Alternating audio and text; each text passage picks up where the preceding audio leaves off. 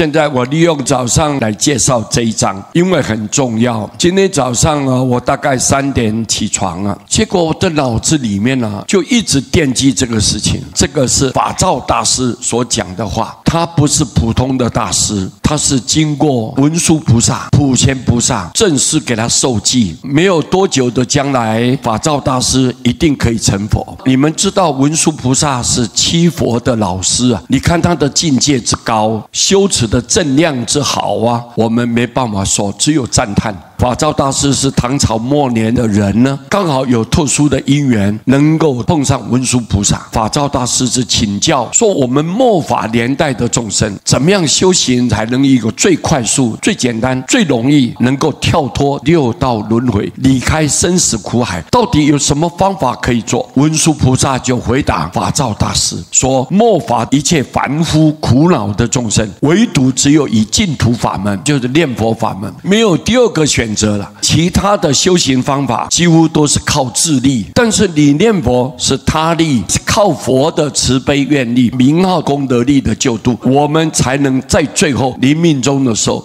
离开苦海，往生极乐。文殊菩萨特别交代法照大师说，你一定要秉持这样的观念，好好在这个年代当中尽你所能的发挥你生命最大的功效，把阿弥陀佛介绍给大众。好，现在他怎么讲？各位你看，法照大师说，彼佛因中立弘誓。彼佛就指西方极乐世界的阿弥陀佛，因地在这个修行的过程当中，他建立一个非常伟大的誓愿，就是我一定要成佛，我成佛之后的名号，我要让众生称念，你一称念，我没有条件一定救度你，不管你什么对象，不管你什么时候了，甚至于不管你在什么地点，我无论如何我没有分别，一定要救度你。这个是他讲阿弥陀佛的因中立弘誓，闻名念佛总因来。你听到阿弥陀佛的名字，你念我，就是你顺我的愿，念我的名号，因为我名号的功德是为所有众生修来的，我为了众生修万善万行，舍身舍命，流血流汗，我不是为我自己来享福我把这些所有付出的功德全部浓缩集中放在名号里面。如果你能够听到这个名号就是要救你，你就念我阿弥陀佛的名号，总因来。总就是一定的、必然的，是绝对的，没有讨价还价的，他一定给你欢迎来接引你。这是佛陀的承诺，他所发的誓愿跟众生彼此的契约，不减贫穷将富贵。他说我不分别你是贫穷的人吗？将就是或者你是一个很富贵的人，很有财富的人，我不跟你分别，你贫穷我也救你，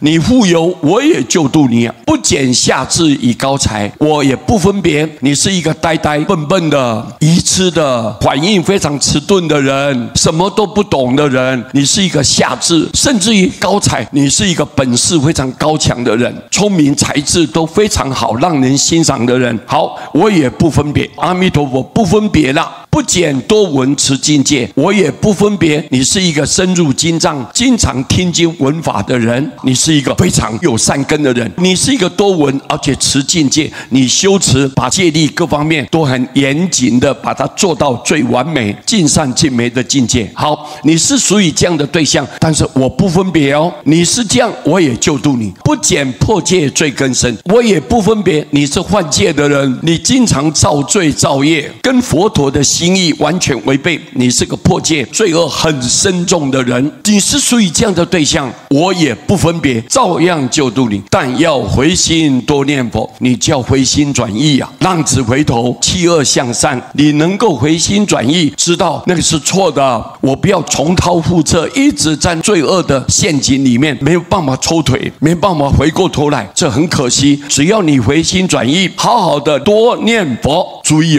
多念佛，告诉你这句话要多你是今天听到，原来我念佛是佛要救我，我就有希望了，我能够安心了。所以你平常跟佛缘要结得深，你要结得深，你就要多念佛。我顺佛的愿，我好好称念他的名号，名号里面有无量的光明，念佛的当下会出现一朵白色的莲花，而且有25尊的菩萨如影随形的保护着你。你想想看，那你要不要念佛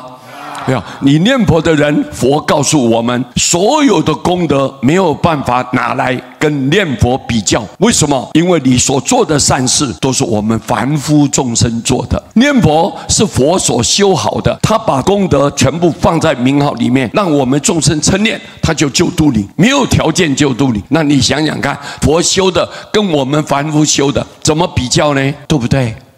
对，你每念一句佛号，消80亿劫的生死大罪啊！你念佛的当下，有100重、1000重、万重的龙天护法来护佑着你，你走到哪里都宏凶化吉，印途开通，贵人明显。你要多念佛，能令瓦砾变成金，能够使破瓦片，或者是一个砖块啊，瓦砾就是人家不要的、不成形的砖块，能够变成金子。本来是一个没有价值的东西，但是因为你念佛的关系，虽然你是属于这种对象，但是能够变成像金子一样，那无价之宝啊！所以你看这一句话有多重要。这是法照大师啊，经过文殊菩萨受记完了之后，他体会到说，不但我自己要成就，我希望所有的法界众生都可以成就。这怎么让所有众生都有将来呢？唯一的办法就多念佛，因为末法年代的众生习气很重了，贪心啊、嗔恨心啊、依次心啊、骄慢心啊，觉得我有钱啊，我有地位啊，我的家庭很幸福啊。但是你不知道，这都是无常的东西啊。今天这样，明天不一样啊。